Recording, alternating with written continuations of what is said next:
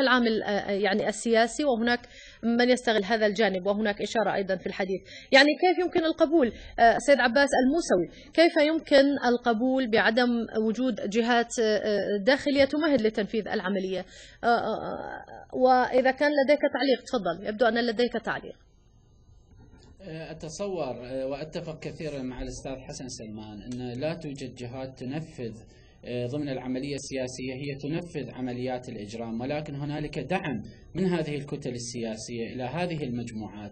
وإلا أتساءل ببراءة، لماذا تغير السيد طارق الهاشمي من رئاسة الحزب الإسلامي وأخرج من الحزب الإسلامي بعد قضية أبو عمر البغدادي واعترافات أبو عمر البغدادي؟ هنالك جهات تقوم بدعم بشكل مباشر أو غير مباشر من خلال آلياتها وهوياتها ووجودها بدعم الكثير من الإرهابيين، لكنها لا تقوم بتنفيذ العمليات، والدعم اللوجستي أخطر من الدعم التنفيذ العملية. أنا أتصور الوضع في العراق ما جرى خلال الفترة الماضية، ومع كل أسف جزء كبير يتحمل من هذا الموضوع البرلمان العراقي الذي أراد أن يستعرض أمام الناخبين العراقيين وأمام الشارع العراقي في قضية التفجيرات الأخيرة، وأراد أن يسوق الأصوات والبرامج الانتخابية.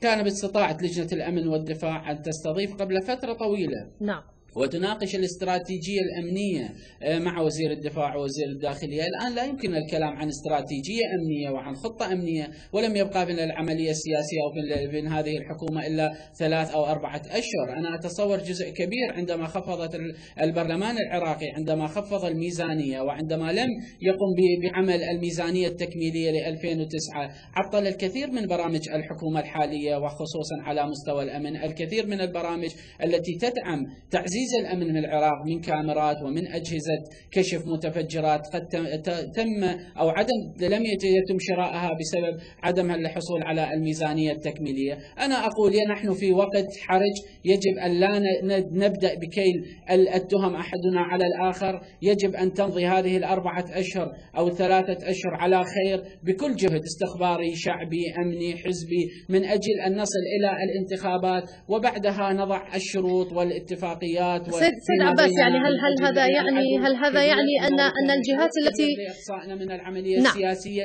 لذلك يجب أن نتفق. هل هذا يعني بأن الجهات التي كانت تهدف إلى ذلك نجحت في أهدافها ومن خلال هذه التفجيرات الأخيرة؟ لو تعيدي لي السؤال أعتذر، الصوت كان أشرت إلى أن بعض الجهات كانت تهدف إلى تعطيل العملية السياسية على الحكومة وقطعت عليها بعض المشاريع على الصعيد الأمني من خلال هذه التفجيرات. هل هذا يعني النجاح في الأهداف لهذه الجهات التي نفذت التفجيرات الأخيرة؟